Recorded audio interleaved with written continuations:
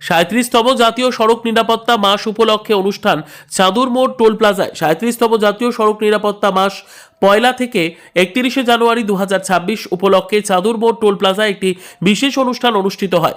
মাসব্যাপী সড়ক নিরাপত্তা সচেতনতা কর্মসূচির শেষ দিনে এই অনুষ্ঠানের আয়োজন করা হয়। জাতীয় সড়কে দুর্ঘটনা কমানো এবং সাধারণ মানুষের মধ্যে ট্রাফিক নিয়ম সম্পর্কে সচেতনতা বাড়ানোর লক্ষ্যেই কর্মসূচি নেওয়া হয়।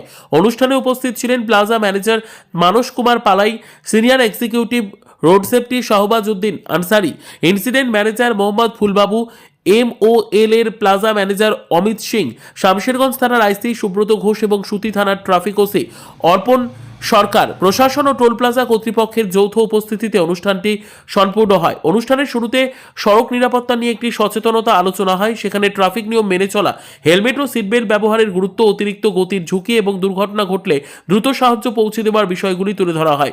বক্তারা বলেন, সড়ক নিরাপত্তা শুধু একটি মাসের বিষয় নয়, বরং সারা বছরই সকলের দায়িত্ব ও সচেতনতার প্রয়োজন।